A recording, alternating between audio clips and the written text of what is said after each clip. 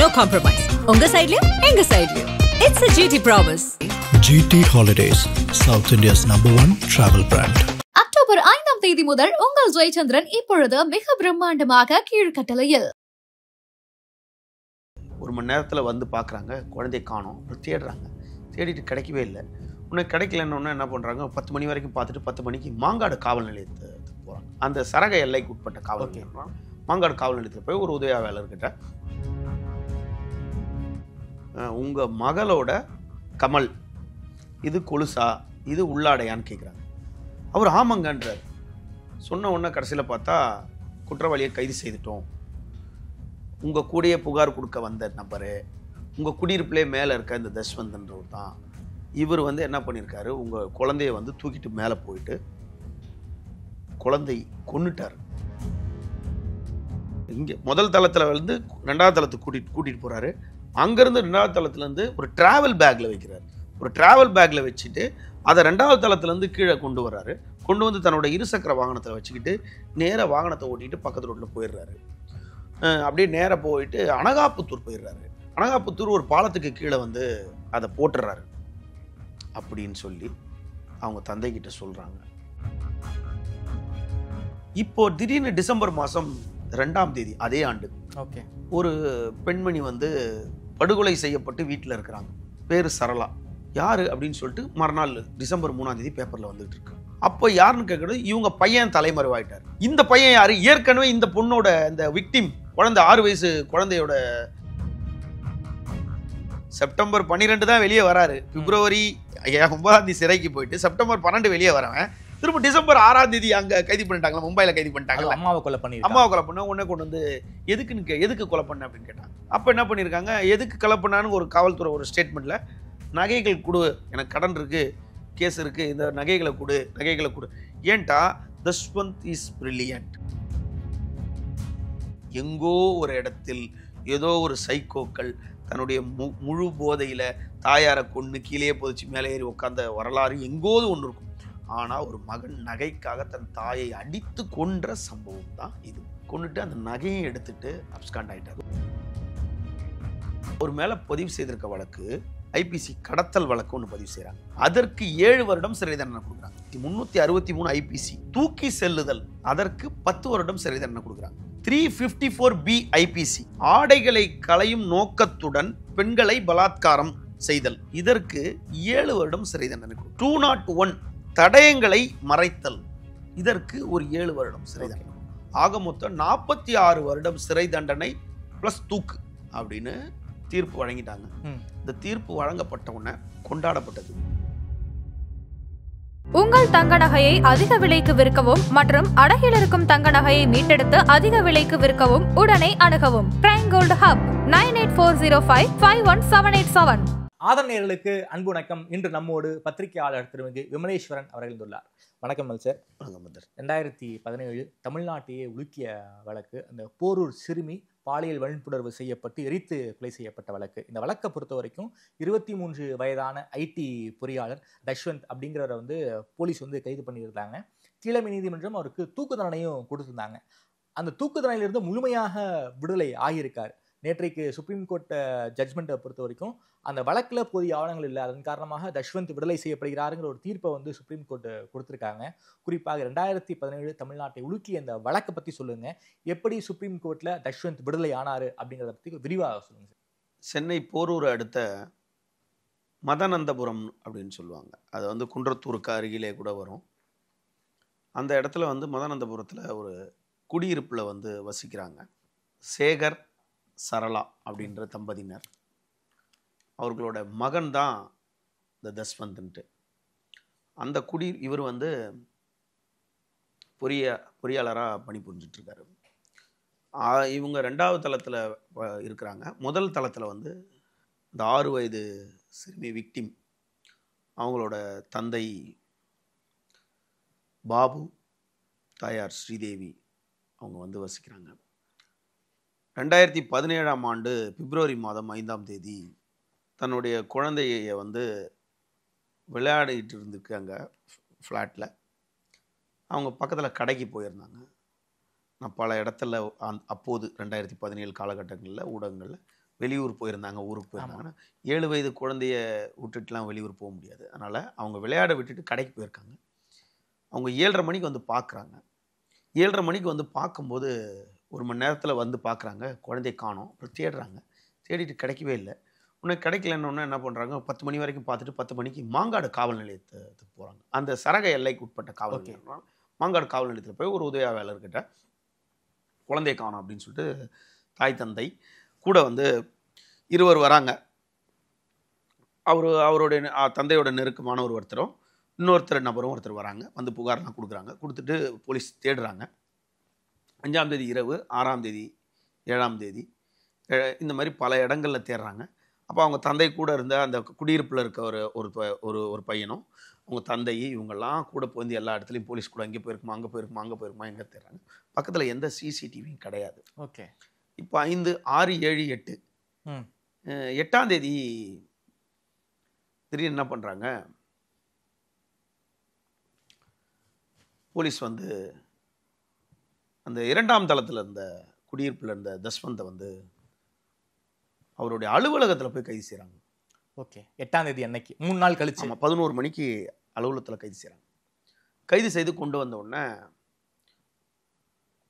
மறுநாள் காலையில் 5:30 மணிக்கு 9ஆம் தேதி காலையில் 5 மணிக்கு, அதாவது இந்த கேஸ் வந்து 5, 6, 7, 8 4 நாள் நடந்திருக்கு. 9ஆம் தேதி காலையில் அந்த கேர்ள், அதாவது 8ஆம் தேதி அதிகாலை இந்த கேர்ளோட ஃபாதரை மட்டும் கூட்டிகிட்டு வராங்க. 5:30 மணிக்கு கூட்டிகிட்டு வந்து, உங்கள் மகளோட இதுதான் கமல், இது கொலுசா, இது உள்ளாடையான்னு கேட்குறாங்க. அவர் ஆமாங்கன்றார். சொன்ன உடனே கடைசியில் பார்த்தா குற்றவாளியை கைது செய்துட்டோம், உங்கள் கூடயே புகார் கொடுக்க வந்த நபரு உங்கள் குடியிருப்பிலே மேலே இருக்க இந்த தஸ்வந்த்ன்றவர் தான். இவர் வந்து என்ன பண்ணியிருக்காரு, உங்கள் குழந்தைய வந்து தூக்கிட்டு மேலே போயிட்டு குழந்தைய வந்து பாலியல் வன்புணர்வு செய்திருக்காரு. செய்துட்டு குழந்தை கொன்னுட்டார், உயிர் போயிடுச்சு, கொன்னுட்டார். இதில் இங்கே ஒரு விஷயம் என்னென்னா, குழந்தை பாலியல் வன்புணர்வு பண்ணும்போது இறந்துருச்சா இல்லை கொன்னுட்டாரா அப்படின்றதெல்லாம் கேள்வி, அதெல்லாம் வழக்குக்குள்ளே போல.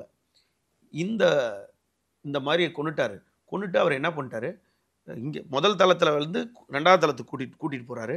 அங்கேருந்து 2ஆவது தளத்துலேருந்து ஒரு ட்ராவல் பேக்கில் வைக்கிறார். ஒரு ட்ராவல் பேக்கில் வச்சுட்டு அதை 2ஆவது தளத்துலேருந்து கீழே கொண்டு வர்றாரு. கொண்டு வந்து தன்னோட இருசக்கர வாகனத்தில் வச்சுக்கிட்டு நேராக வாகனத்தை ஓட்டிகிட்டு பக்கத்து ரோட்டில் போயிடுறாரு. போயிட்டு நேராக போகும்போது கொஞ்சம் தூரம் ஒரு சில கிலோமீட்டர் தாண்டி போகும்போது அப்படியே நேராக போயிட்டு அனகாபுத்தூர் போயிடுறாரு. அனகாபுத்தூர் ஒரு பாலத்துக்கு கீழே வந்து அதை போட்டுடுறாரு, அந்த பையை போட்டுடுறாரு. போயிட்டு அப்போது ஊடகத்தில் வந்த செய்தி என்னென்னா, போட்டுட்டு வந்துட்டாரு, மறுநாள் போய் எரிச்சிட்டாருன்னு ஒரு செய்தி வந்துச்சு. ஆனால் காவல்துறை அதை எப்படி சொல்லியிருக்குன்னு தெரியல. ஆனால் அந்த இடத்துல போட்டுட்டு வந்துட்டாரு. அப்போ நாங்கள் ஃபுல்லாக தேடி பார்க்கும்போது இதெல்லாம் யார் சொன்னான்னு கேட்டால் அவரே ஒத்துக்கிட்டாரு, அவரே சொல்லிட்டாரு, அவரே ஒத்துக்கிட்டாரு, ஸ்டேட்மெண்ட் கொடுத்துட்டாரு. இதுக்கு ஆதாரம் என்ன அப்படின்னு கேட்டால், இங்கே தொலைவு போகும்போது ஒரு விநாயகர் கோயில் ஒன்று இருக்குது. அந்த விநாயகர் கோயிலில் ஒரு சிசிடிவி இருக்குது. அந்த சிசிடிவி ஆய்வு பண்ணும்போது இவர் வந்து ஒரு ட்ராவல் பேக்கை வண்டியில் கொண்டு போகிற மாதிரி ஒரு வீடியோ இருக்குது அப்படின்னு சொல்லிட்டாங்க. வீடியோ இருக்குது. இவர் வந்து அதுக்கப்புறம் மறுநாள் என்ன பண்ணுறாரு, திரும்ப அந்த இடத்துக்கு போகிறாங்க, போட்டுட்டு வந்துடுறாரு. திரும்ப மறுநாள் அதிகாலையோ இரவோ ஏதோ ஒரு நேரத்தில் போயிட்டு பெட்ரோல் வாங்கிட்டு போய் பெட்ரோலை ஊற்றிட்டு கொளுத்திடுறாரு அப்படின்னு சொல்லி அவங்க தந்தைக்கிட்ட சொல்கிறாங்க. அவங்க தந்தை சொன்னோன்னே உடனடியாக அது பெரிய பிரபலமாக பேசப்படுது. 5ஆம் தேதி இரவு சம்பவம் நடக்குது, பிப்ரவரி 5ஆம் தேதி. ஆனால் 9ஆம் தேதி காலையில் குற்றவாளி யாருன்னு எல்லாருக்குமே தெரிஞ்சிடுச்சு. உடனே அவரை கைது பண்ணி சிறையில் அடைக்கிறாங்க. இந்த வழக்கை வந்து செங்கல்பட்டு மகிழா நீதிமன்றத்துக்கு கொண்டு போயிட்டு அனுப்புகிறாங்க. இவர் மேலே ஒரு 6 பிரிவில் வழக்கு பதிவு பண்ணி 2 போக்சோ ஆக்டில் தனியாக பதிவு செய்கிறாங்க. போக்சோ ஆக்டில் பதிவு செய்து இவர் மேலே குண்டர் தடுப்பு சட்டத்தை பதிவு செய்கிறாங்க. அதாவது 6 பிரிவில் 2 போக்சோ ஆக்டில் கைது பண்ணுறாங்க. கைது பண்ணிவிட்டு இவரை வந்து குண்டர் சட்டம் போட்டுறாங்க. குண்டர் சட்டம் போட்ட உடனே இப்போது வந்து எப்படின்னு கேட்டால், இப்போது வந்து ஒருத்தர் ஒரு மேலே வழக்கு பதிவுன்னா 90 நாட்களுக்குள் குற்றப்பத்திரிகை தாக்கல் செய்யணும், சார்ஜ் ஷீட் ஃபைல் பண்ணணும்னு ஒரு சட்டம் இருக்குது. அப்போ வந்து 1 வருஷம் பொறுத்து ஃபைல் பண்ணுவாங்க. சில பேர் கோர்ட்டுக்கு போயிட்டு இன்னும் சார்ஜ் ஷீட் ஃபைல் பண்ணலன்னு கேட்பாங்க. ஒருவேளை சார்ஜ் ஷீட் ஃபைல் பண்ணிட்டு அதை கோர்ட்டில் ஃப்ரேம் பண்ணியிருப்பாங்க. ஃபைல் பண்ணி ஃபைலிங் நம்பர் ஆகி கேஸ் நம்பர் ஆகாமல் இருந்திருக்கும். இதுக்கு ஒரு 2-3 நம்பர் இருக்குது. அதுக்கப்புறம் தான் பார்ட்டிக்கு சம்மன் கொடுத்து வர வச்சு அவர் காப்பி சர்வ் பண்ணுவாங்க. இந்த ஃபார்மாலிட்டிஸ்லாம் இருக்குது. இப்போ இதுக்கு நடுவில் இது தாமதமானோன்னே அவர் என்ன பண்ணுறாரு, ஹைகோர்ட்டில் போயிட்டு அந்த போர்டுக்கு போயிட்டு குண்டர் சட்டத்தை ரத்து பண்ண சொல்லுங்க அப்படின்னு. குண்டர் சட்டம் ரத்தாயிடுது. குண்டர் சட்டம் ரத்தானோடனே ஈஸியாக இந்த கேஸில் அவர் ஜாமீனில் வர்றார். அதாவது ஒரு விஷயம் நல்லா எடுத்துன்னா, குற்றவாளி இவர் தான் குற்றம் சாட்டப்பட்டவர், இவர் குற்றம் சாட்டப்பட்டவர், இவரை வந்து இவர் குடும்பம் நம்புது குற்றம் செய்யலை அப்படின்னு. அதனால தான் ஜாமீனில் எடுக்கிறாங்க வெளியே. இப்போ இந்த கேஸில் 6 பிரிவு 2 போக்சோ ஆக்டில் எடுக்கணும், குண்டாஸை உடைச்சி அவங்க வெளியே எடுக்கிறாங்கன்னா அவங்க எவ்வளோ தூரம் அதுக்கு அதாவது ஸ்பெண்ட் பண்ணியிருப்பாங்க. ரெண்டாவது அதுக்கு ஒரு எண்ணம் வரணும்ல, நம்ம பையன் நம்ம எடுக்கணும் அப்படின்றதுக்கு அப்படின்னு அந்த எண்ணம். அதில் வந்து ஃபுல் ஷூரிட்டி கொடுத்து வெளியே எடுக்கிறாங்க. இவர் என்னைக்கு வெளியே வர்றாருன்னா 19/9/2017 வெளியே வர்றாரு. நல்லா கேட்டுங்க. பிப்ரவரி மாதம் 5ஆம் தேதி கொலையை பண்ணிட்டு 9ஆம் தேதி ரிமாண்ட் ஆயிடுறாரு. மார்ச், ஏப்ரல், மே, ஜூன், ஜூலை, ஆகஸ்ட். ஏப்ரல்லாம் இவர் குண்டார் போட்டு குண்டாஸெல்லாம் இது பண்ணிட்டார், ரிவோக் பண்ணிட்டாரு. அதுக்கப்புறம் செப்டம்பர் 12ஆம் தேதி சிறையிலேருந்து ஜாமீனில் விடுதலையாகிறார். ஜாமீனில் வெளியே வர்றார். ஜாமீனில் வெளியே வந்தோன்னா அந்த கேஸ் அப்படியே நடந்துகிட்டு இருக்கு. வெளியே வந்தோன்னு என்ன பண்ணுறாரு, அப்படியே இருக்கிறாரு. வெளியே வந்து அப்படியே வீட்டிலே இருக்கிறாரு. அவங்க அந்த இடத்துல இருக்காங்களா, அங்கேருந்து முகலிவாக்கம் வந்துட்டாங்களான்றது கேள்வி. நல்லா புரிஞ்சுக்கணும் கேள்வி. இது வந்து நம்மளுக்கு அந்த வழக்குக்குள்ளே முழுசா போகும்.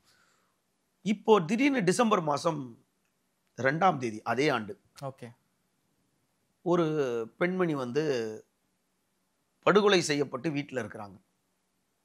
பேரு சரளா. யாரு அப்படின்னு சொல்லிட்டு மறுநாள் டிசம்பர் 3ஆம் தேதி பேப்பரில் வந்துட்டு இருக்கு. அப்போ யாருன்னு கேட்கறது, இவங்க பையன் தலைமறைவாயிட்டார். இந்த பையன் யாரு, ஏற்கனவே இந்த பொண்ணோட இந்த விக்டிம் குழந்தை 6 வயசு குழந்தையோட சம்மந்தப்பட்டிருக்காரு அப்படின்னு சொல்லிட்டு இவரை தேடுறாங்க. இவர் டிசம்பர் 2ஆம் தேதி அவங்க தாயார் இறந்து போனது கொலை பண்ணியிருக்காரு தெரியுது. அன்னைக்கே தெரியுது. இவர் 6ஆம் தேதி வந்து இவர் எங்கே இருக்காரு, ஸ்பெஷல் டீம் உடனே இவர் தான் ஒன்று ஸ்பெஷல். ஆக்சுவலாக ஒரு கொலைக்கு ஒரு ஸ்பெஷல் டீம் போகிறது வேற, இவர் தான் அப்படின்னு தெரிஞ்ச உடனே ஸ்பெஷல் டீம் அதிகப்படுத்துவாங்க. இப்போ 3, 5, 6, 7 ஸ்பெஷல் டீம், 10 ஸ்பெஷல் டீம்லாம் போடுவாங்க. அப்போ இவருக்கு ஸ்பெஷல் டீம் அப்போது போடுறாங்க. போட்டு இவர் பாம்பேயில் இருக்காருன்னு பாம்பேயில் போயிட்டு வெல்பரிவல்னு ஒரு இடம் இருக்குது, பரிவல். அந்த இடத்துல இவரை கைது பண்ணுறாங்க. கைது பண்ணும்போது அந்த ரூம்லேயே ஸ்டே பண்ணி அந்த ரூம்லேயே இருக்க மாதிரி எல்லாருமே ஸ்பெஷல் டீம் எப்படி பிடிப்பாங்க. அப்போ இவர் ரூமில் இவர் பிடிச்சிட்டாங்க. காலையிலன்னு ஒரு ஓடி போகிறாரு, தரத்தினா போகிறாங்க, வழி இல்லாமல் போய் ரிசப்ஷனில் மாட்டிக்கிறார். அந்த வீடியோ சிசிடிவிலாம் நம்ம சமூக வலைதளத்தில். உடனே இவரை பிடிக்கிறாங்க. பிடிச்சி இவரை கைது பண்ணிடுறாங்க. கைது பண்ணி இவரை கொண்டு வராங்க. மும்பையில் வந்து ஏர்போர்ட் வந்து அந்தேரியில் இருக்குது. அந்தேரிக்கு வந்தோன்னா அங்கே அப்ஸ்காண்ட் ஆக போகிறார். அங்கே திரத்தி கொண்டு போய் பிடிச்சி வச்சு செமுத்தியாக போட்டு கொண்டு வராங்க. இங்கே வந்து அந்த வழக்கு அப்போது வந்து ஸ்ரீபெரும்புதூரில் இருந்ததா, ஒரு ஸ்ரீபெரும்புதூர் நீதிமன்றத்தில் அந்த வழக்கு நடந்ததா ஒரு தகவல் இருக்குது. அது செங்கல்பட்டுக்கு மாறிச்சா ஸ்ரீபெரும்புதூரான்றது ஸ்ரீபெரும்புதூரில் இருக்க வாய்ப்பு. ஏன்னா முகலிவாக்கம் சம்பவம்னா அது ஸ்ரீபெரும்புதூராக தான் இருக்கும். ஸ்ரீபெரும்புதூர் நீதிமன்றமாக ஸ்ரீபெரும்புதூர் நீதிமன்றத்தில் நடந்துட்டு இருக்கு. அப்போ இதுக்கு நடுவில் ஒருவர் வந்து ஒரு யூடியூப்காக வந்து ஒரு யூடியூப் தொலைக்காட்சிக்காக ஒரு நேர்காணல் எடுக்கிறதுக்கு நேரடியாக பர்மிஷனோட பலர் சிறைவாசிகளை, முக்கியமான சிறைவாசிகளை பேட்டி எடுக்கிறதுக்காக ஒரு மரியாதைக்குரிய திருநங்கை ஒருத்தங்க போகிறாங்க. போயிட்டு சிறைக்கே போயிடுறாங்க. சிறையில் பர்மிஷன் வாங்கிட்டு போயிட்டு இந்த பக்கம் ஒரு 5-7 காவலர், இந்த பக்கம் அந்த சிறைவாசிகள், ஆமாம் சிறைவாசி தஷ்வந்த் இந்த பக்கம் நிற்கிறாரு. அவங்களுக்கு எதிராக ஒரு 10 அடி தள்ளி அவர் நிற்கிறாரு. சிறையிலே அந்த இன்டர்வியூ நடக்குது. அவங்க நிறைய பேர் எடுத்தாங்க. அதில் அந்த இன்டர்வியூவில் 20 நிமிஷம் இவரே சொல்ல நான் குற்றமே செய்யலை. அவர் என்ன பண்ணுறாரு, 60% தமிழ் 40% ஆங்கிலத்தில் மாற்றி பேசினார் ஒரு 20 நிமிஷம். அதெல்லாம் இல்லை நான் பண்ணவே இல்லை அப்படி இப்படின்னு என்னவோ சொன்னார். அந்த வீடியோவும் பெருசாக பேசப்பட்டுச்சு. இதுக்கு நடுவில் இந்த வழக்கை அப்படியே அந்த வழக்கில் கைது போட்டுறாங்க. செப்டம்பர் 12 தான் வெளியே வராரு. பிப்ரவரி 9ஆம் தேதி சிறைக்கு போயிட்டு செப்டம்பர் 12 வெளியே வரவன் திரும்ப டிசம்பர் 6ஆம் தேதி அங்கே கைது பண்ணிட்டாங்களா, மும்பையில் கைது பண்ணிட்டாங்களா. அம்மாவை கொலை பண்ண உடனே கொண்டு வந்து எதுக்கு கொலை பண்ண அப்படின்னு கேட்டான். அப்போ என்ன பண்ணியிருக்காங்க, எதுக்கு கொலை பண்ணான்னு ஒரு காவல்துறை ஒரு ஸ்டேட்மெண்ட்டில் நகைகள் கொடு, எனக்கு கடன் இருக்குது, கேஸ் இருக்குது, இந்த நகைகளை கொடு. ஏன்ட்டா தஷ்வந்த் இஸ் பிரில்லியன்ட்.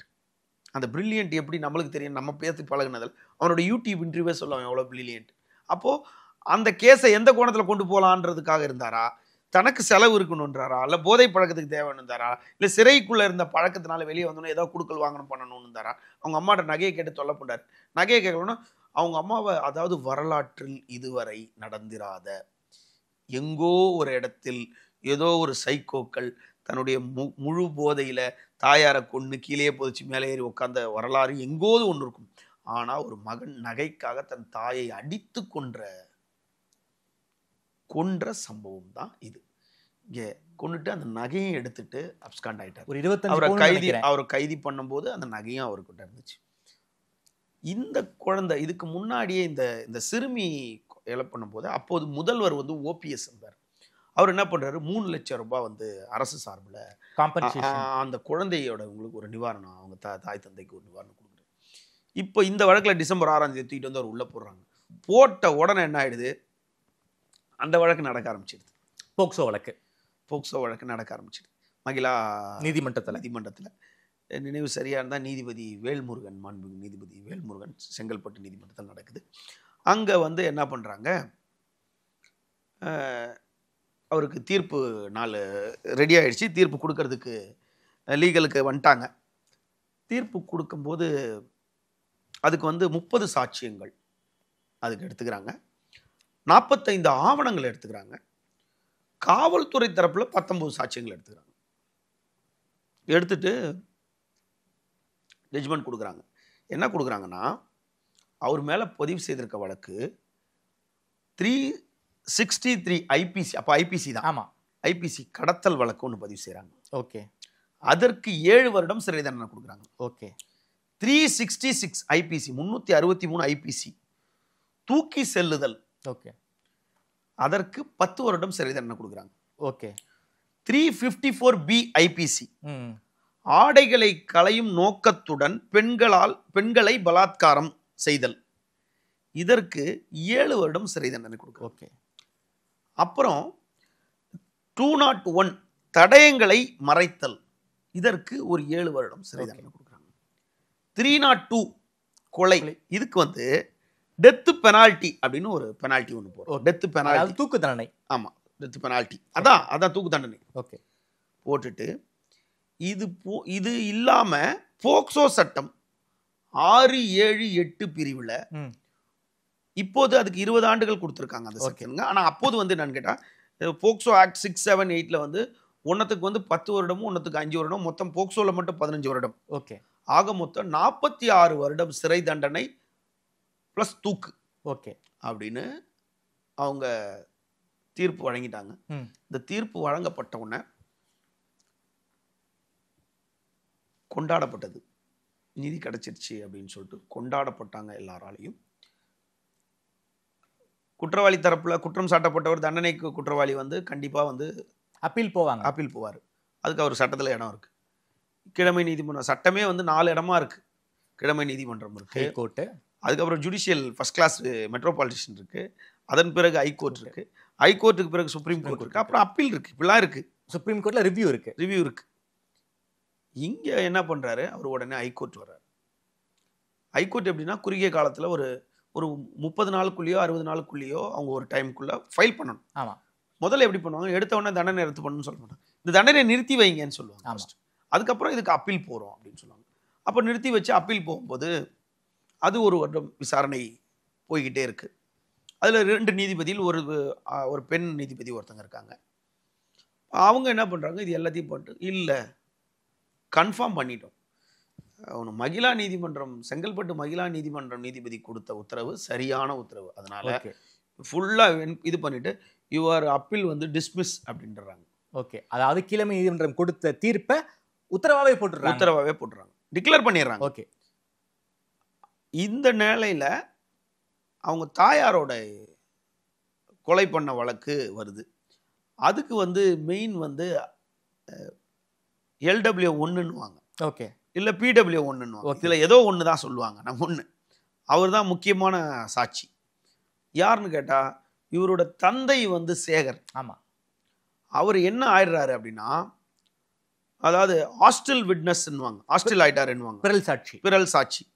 அதாவது புகார் தரும்போது, ஐயோ இவர் தாங்க என்னை அடிச்சாருங்க, இவர் தாங்க என்ன பண்ணாரு, நான் பார்த்தேங்க அப்படின்னு சொல்லிட்டு அப்படியே விட்னஸ் இதன் மூலியமா காவல்துறை வழக்கு பதிவு செய்யணும், அவரை சிறையில் அடைச்சிருவாங்க. இது நாட்கள் ஆகும். அப்போ இது நீதிமன்றத்துல கூப்பிட்டு குறுக்கு விசாரணை விட்னஸுக்கு ஏறும்போது இவரை முதல் கூப்பிட்டு விசாரணை போது இவர் மாதிரி தான் இருந்தாரு, எனக்கு தூரத்துல கண்ணு தெரியல, இவரே இல்லை அப்படின்னு சொல்றது ஒண்ணு இருக்கு. அப்படியே டோட்டலா பல்ட்டி அடிப்பாங்க. அந்த மாதிரி அவங்க தந்தை வந்து ஹாஸ்டல் விட்னஸ் பிறல் சாட்சியம் ஆயிட்டாரு. ஆனாலும் சிசிடிவி ஃபுட்டேஜ் எல்லாம் அந்த காலத்துல நம்ம பார்த்தோமே சார். தஷ்வந்த் கொலை பண்ணிட்டு ஓடுற மாதிரியான சிசிடிவி ஃபுட்டேஜ்லாம் அப்போ பிரபலமாக எல்லாராலையும் ஷேர் பண்ணப்பட்டுச்சு சார். அதாவது ஜஸ்ட் அந்த சிசிடிவி அவங்க தாயை கொலை பண்ணிட்டு ஓடினது, அவர் தாயை கொலை பண்ணிட்டு தான் ஓடினாரா இல்லை வேற எதுக்காக ஓடினதா அப்படின்றதெல்லாம் அந்த கேஸ் சாட்சியம் இல்லாதனால போயிடுச்சு. ஓகே, இப்போ அதாவது அந்த அம்மாவை கொன்ன கேஸ்ல இருந்து விடுதலை ஆயிட்டார். அவர் விடுதலை ஆயிட்டார். ஓகே, அந்த கேஸ் நிக்கல, அவ்வளவுதான். அந்த கேஸ்ல இருந்து வழக்குல இருந்து விடுவிக்கப்பட்டார். அப்பா வந்து ஹாஸ்டல் ஆனதன் காரணமாக தஷ்வந்த் விடுதலை. ஆமா, பிறல் சாட்சியம்னா விடுவிக்கப்பட்டார். இந்த வழக்கு இவர் உச்ச நீதிமன்றத்துக்கு போறார். ஓகே, இப்போ ஒரே ஒரு விஷயம் என்னன்னா, மக்களுக்கு சட்டத்தின் மீது புரிதல் வேண்டும். எல்லாருமே ஒரு வழக்கறிஞர் மாதிரி ஒரு வழக்கறிஞர்கிட்ட ஒரு பெண்மணி சொல்றாங்க, சார் அந்த கேஸ்ல நீங்க ஒரு 75% கரெக்டாக தான் பண்ணீங்க, எந்த விதமான சட்ட அறிவுமே இல்லாதவங்க, எந்த விதமான இது நுணுக்கங்கள் தெரியாதவங்க, அவங்க திடீர்னு என்ன சொல்றாங்க, ஒரு அம்மா ஒரு வழக்கறிஞர் அலுவலகத்தில், சார் நீங்கள் எல்லாம் கரெக்டாக தான் பண்ணீங்க, கடைசியில் அந்த 2 டாக்குமெண்ட் அதை நீங்கள் இந்த கோர்ட்டில் சொல்லலையே அப்படின்றாங்க. அதுக்கு அந்த வழக்கறிஞர் சொல்றாரு, வேணா அடுத்த வாட்டி வாங்கம்மா, என்னோட கோட்டை தரேன், நீங்களே போய் வாதாடுங்கம்மா அப்படின்றாரு. ஏண்டா சட்ட நுணுக்கங்கள், அதாவது எந்த கோர்ட்டில் எந்த டாக்குமெண்ட்டை சப்மிட் பண்ணணும், என்ன, அதாவது மக்களுக்கு சட்டத்தின் மீது புரிதல் இல்லை. 2வது, ஹைகோர்ட் போயிட்டாரு, சுப்ரீம் கோர்ட் போயிட்டாருன்னா அப்போ பணம் செலவு பண்ணிட்டாரு. அப்போ இங்கே ஒரு நீதிபதி, அங்கே ஒரு நீதிபதி, அங்கே ஒரு நீதிபதினா சட்டத்தை பணத்தால் வாங்கவே முடியாது யாராலையும். உலகத்தில் ஏதோ ஒரு மூலையில் ஏதோ ஒரு விஐபிக்கு ஏதோ ஒரு இடத்துல ஒரு நீதிபதி கொடுத்த உத்தரவு இன்னொரு நீதிபதி மறுத்தாரு அப்படின்றதுக்காக அதை கொண்டு வந்து இதில் திணிக்கக்கூடாது.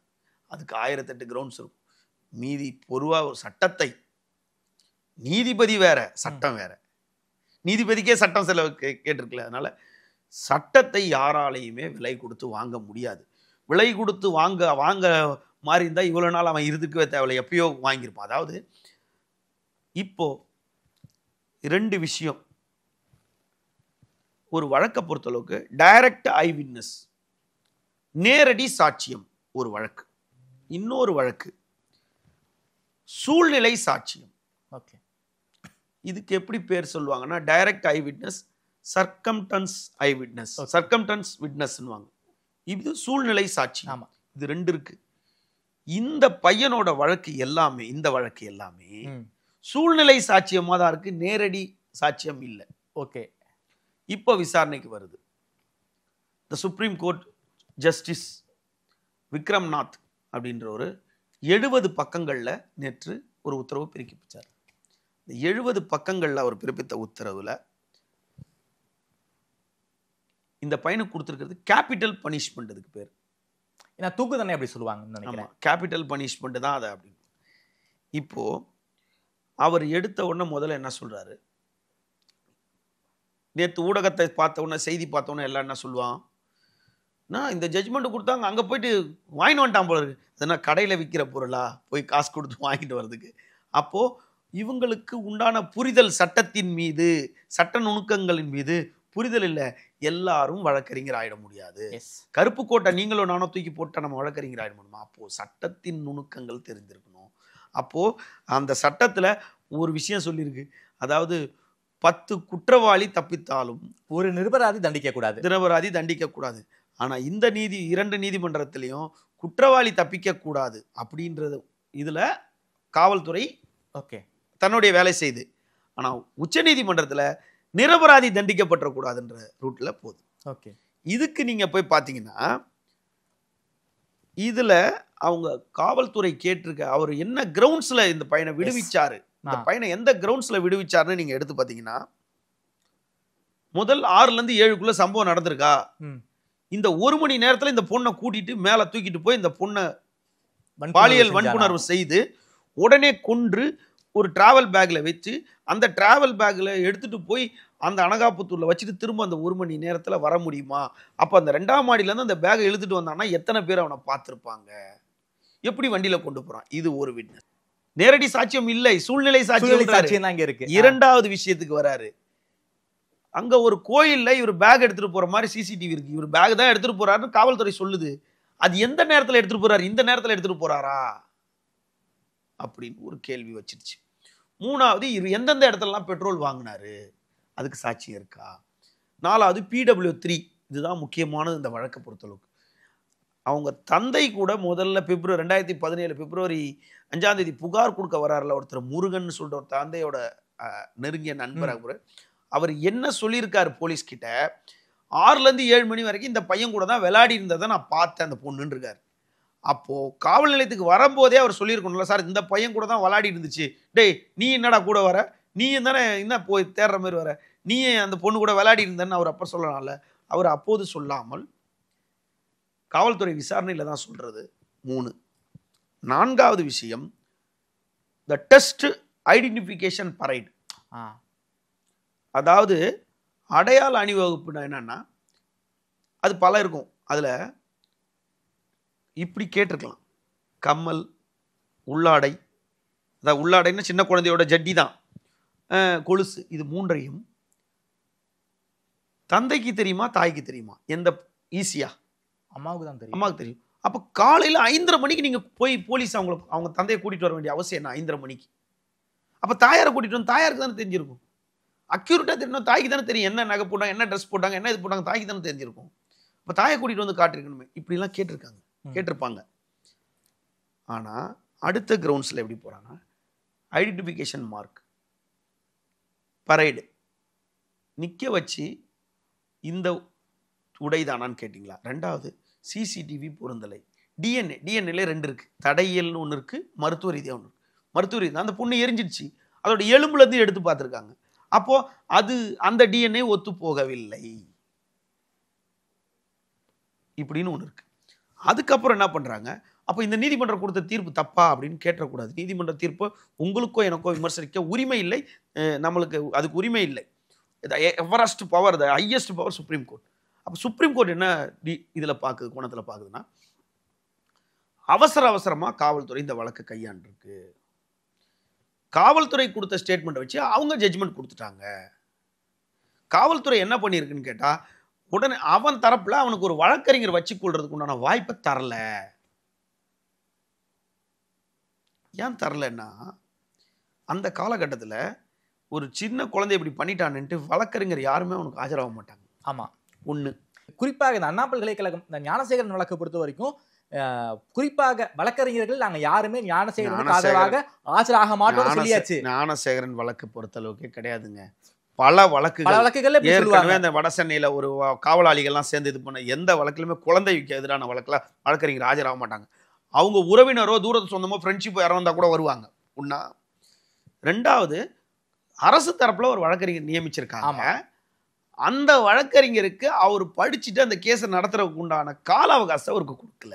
ஓகே, முக்கியமான காரணம். இந்த ஆவணங்கள்ல காவல்துறை அரசு தரப்பு ஒரு விஷயத்தை சந்தேகத்திற்கு இடம் இல்லாம அந்த ஆவணங்களை சப்மிட் பண்ணி நடத்த வேணும். இதுல 30 சாட்சிகள், 45 ஆவணங்கள், 19 அரசு காவல்துறை தரப்பு சாட்சியங்கள் கொடுத்தும் அரசு தரப்பில் சந்தேகத்திற்கு இடம், அரசு தரப்புனா என்ன, காவல்துறை தரப்புல சந்தேகத்திற்கு இடமா இருக்கு. இப்போ முக்கியமா என்ன சொல்றாங்க, சிசிடிவி, மரபணு பரிசோதனை இது எதுவுமே ஒத்து போகல, டெஸ்ட் ஐடென்டிஃபிகேஷன் பரைட் நடத்தல. இது இல்லாம எந்த விதமான நேரடி சாட்சியங்கள் இல்லை, சூழ்நிலை சாட்சியங்களா இருக்கு. காவல்துறை தான் அவங்க தந்தைகிட்டே சொல்லியிருக்கு, இதெல்லாம் நடந்திருக்கு. காவல்துறை தான் அவங்க தந்தைகிட்ட சொல்லியிருக்கு. இப்போ இந்த கிரவுண்ட்ஸ்ல பார்க்கும்போது அதை நீதிபதி தன்னுடைய உத்தரவுலே பிறப்பிச்சிருக்காரு. போலீஸ் டிபார்ட்மெண்ட் வந்து இந்த வழக்கை பொறுத்தளவுக்கு ஹேண்ட் வாஷ் கையை வந்து கை கழுவிடுச்சு இந்த வழக்கை. காவல்துறை இந்த வழக்கை கை கழுவிச்சு. இவர் தான் நீதிமன்ற போலீஸை குற்றம் சாட்டுறாரு. அவர் குற்றம் சாட்டுறாரு. அவர் இந்த தகவலை சொல்றாரு, காவல்துறை இந்த வழக்கை கை கழுவிடுச்சு அப்படின்றாங்க. இப்போ இந்த நீதிமன்றம் கொடுத்த தீர்ப்பு வந்து சரி, அந்த நீதிமன்றம் கொடுத்த தீர்ப்பு தப்பு அப்படின்ற விஷயத்துக்குள்ள இந்த விவாதம் போவே இல்லை. ஓகே, இந்த விவாதம் என்னன்னா, எந்த அடிப்படையில் அவரை வெளியிட்டாங்க, அவரை விடுதலை செய்யறாங்க இந்த வழக்குல இருந்து, எதன் அடிப்படையில் இவரை கைது செய்தாங்க, இதன் அடிப்படையில் இந்த அவசரமா காவல்துறையை வச்சு இவங்க கொடுத்துட்டாங்க, தண்டனை கொடுத்துட்டாங்க. அவங்க தண்டனையை கொடுத்தோன்னா அதே காவல்துறை அங்கனால கொடுத்துட்டாங்க. இப்போ காவல்துறை தரப்புல என்ன சொல்லுவாங்கன்னு கேட்டால், 2017ஆம் ஆண்டு காலகட்டம், அப்போது இருந்த காவலர்கள் மாறிட்டாங்க. அதுக்கப்புறம் அந்த காவல்துறை அந்த முக்கியமான இதெல்லாம் டாக்குமெண்ட்லாம் இருக்காது. வேற ஒரு இன்சார்ஜ் வருவார், ஐஓ ஒருத்தர் இருப்பார், ஐஓலேருந்து ஒருத்தர் மாறிட்டாரு, இன்வெஸ்டிகேஷன் ஆஃபீஸர் மாறிட்டாரு. ஐஓ தான் எல்லாத்தையும் எடு பண்ணுவார். அதுக்கப்புறம் எஃப்ஐஆர் போட்டவர் ஒருத்தர், இன்வெஸ்டிகேட்னு ஒருத்தர் பண்ணவர், அவர் ஏசிஐ ரிட்டையர்ட் ஆகிட்டாரு. அதனால இவர் சரியா இல்லாமல் முகாந்திரம்லாம் இப்படிலாம் சொல்லுவாங்க. இது எல்லாத்தையும் உச்சநீதிமன்றத்துக்கு இந்த வழக்கு போகிறாங்கன்னு தெரியும் போது காவல்துறை தரப்புலையோ அரசு தரப்புலையோ ஃபுல்லாத்தையும் எல்லாத்தையும் எடுத்து வைக்க முன் வைக்கிறதுக்கு தவறியதா அந்த ஒரு காரணம், ஒரு கிரவுண்ட் சொல்றாரு. ஆனா இதெல்லாம் அதாவது செங்கல்பட்டு நீதிமன்ற நீதிபதி திரு வேல்முருகன் அவரும் அந்த குழந்தையோட இறப்பு, அந்த இறப்புக்கு வருத்தப்பட்டு கவலைப்பட்டு அவங்களுக்கு நீதி பெற்று தரணும் அப்படின்றதுக்காக தான் தண்டனையை கொடுத்துருப்பார். வருத்தப்படத்தோட தான் உயர்நீதிமன்றத்திலையும் 2 நீதிபதிகளும் அந்த நீதிபதி எந்த கோணத்தில் சிந்திச்சிருப்பாரு, இந்த ஆவணங்கள்லாம் வச்சுதான் சிந்திச்சிருப்பாரு. அவங்களும் அந்த குழந்தையோட இறப்பும் இருப்பாங்க. அதுக்கு நடுவில் அவங்க தாயாரோட வழக்கில் இவனா கொலை பண்ணிட்டான்னு அந்த ஜட்ஜுக்கே தெரிஞ்சிருந்தாலும் அதுக்கு உண்டான கிரவுண்ட்ஸ் அதில் இல்லை. அதே போன்றுதான் இப்போது உச்ச நீதிமன்ற நீதிபதியும் திரு supreme court justice mister Vikram Nath அவர்களும் இவர் இந்த குற்றவாளியா இருந்தார்னு அவர் உள் மனசுக்கு பட்டிருந்தாலும் அதுக்கு உண்டான போதிய ஆவணங்கள் இல்லாத அவங்களும் வருத்தப்பட்டிருப்பாங்க. ஒரு 6 வயது சிறுமியை இப்படி பண்ணிட்டானே அப்படின்னு வருத்தம் இல்லாம, இரங்கல் தெரிவிக்காம, மனதுல அவங்க அஞ்சலி மனசுல செலுத்தாம உத்தரவு பிறப்பிச்சிருக்க முடியாது. இந்த உத்தரவை பிறப்பிக்கிறதுக்கு முன்னாடியே அந்த குழந்தைய மனதில் நினைச்சிருப்பாங்க. அஞ்சலி செலுத்துறதுக்கு கூட தப்பு கிடையாது. அவங்க ஆத்மார்த்தமாக அதை மனசில் நினச்சிட்டு தான் இவனை அந்த கோணத்தில் பார்த்துருப்பாங்க. ஆனால் ஆவணம்னு ஒன்று இருக்குது நீதிமன்றங்களை பொறுத்தவரை. சாட்சி ஆவணங்கள் பார்க்கும்போது இதெல்லாம் இந்த கிரவுண்ட்ஸ் எல்லாம் இருக்கிற காரணத்தினால அவர் இந்த வழக்குலேருந்து விடுதலை செய்யும். அப்போ கூட என்ன சொல்கிறாங்க, இது நேரடி டைரக்ட் ஐ விட்னஸ் இருந்துச்சுன்னா கூட இந்த கேஸை நீங்கள் திரும்பவும் அப்பீல் பண்ணுங்கன்னு சொல்லலாம், ரிவ்யூக்கு போயிருக்கலாம். பட் இது நேரடி சாட்சியமே இல்லாத சூழ்நிலை சாட்சியமா இருக்கு. அதனால இதை நீங்க மேலவும் போக முடியாது அப்படின்னு சொல்லி இந்த பையனுக்கு மரண தண்டனை இதுலேருந்து வழக்குலேருந்தும் விடுதலை செய்திடுறாங்க. இதற்கு மேலே அரசு தரப்புலையோ தமிழக காவல்துறை தரப்புலையோ சட்ட வல்லுநர்கிட்ட ஆராய்ந்து மேலே போகிறதுக்கு வாய்ப்பு இருக்கா இல்லையா அப்படின்றது நமக்கு தெரியலையான்ட்டா தீர்ப்பு கொடுத்து 24 மணி நேரத்தில் இந்த தீர்ப்பை பற்றி தீர்ப்பு என்ன சொல்லியிருக்குன்னு தான் போகிறோமே தவிர ஜஸ்வந்த் பண்ணது தப்பு ரைட்டு அப்படின்ற விஷயத்துக்கு நம்ம போகவே இல்லை. இறந்து போன ஆத்மாவுக்கு அஞ்சலி செலுத்தும் வருத்தத்தோட இந்த வழக்கின் தன்மையை பற்றி தீர்ப்பை பற்றி நம்ம இந்த நேர்காணல் மூலமாக பேசியிருக்கோம். சார் ரொம்ப நன்றி சார். குறிப்பாக இந்த போரூர் 6 வயது சிறுமி கொலை வழக்கில் எப்படி தஷ்வந்த் விடுதலையானா அப்படிங்கிறத சான்றாவணங்களை போலீஸ் தரப்பு சரியாக கொடுக்காததன் காரணமாக அந்த வழக்கில் இருந்து விடுதலை ஆகியிருக்காரு. அந்த வழக்கு கடந்து வந்த பாதை, குறிப்பாக இந்த சம்பவம் சுப்ரீம் கோர்ட்டில் என்ன நடந்துச்சு அப்படிங்கிறத ஜட்ஜ்மெண்ட்டை டீகோட் பண்ணி பேசியிருக்கீங்க. நேரில் நேரம் கொடுத்து பேசியும் நன்றி சார். மிக்க நன்றி.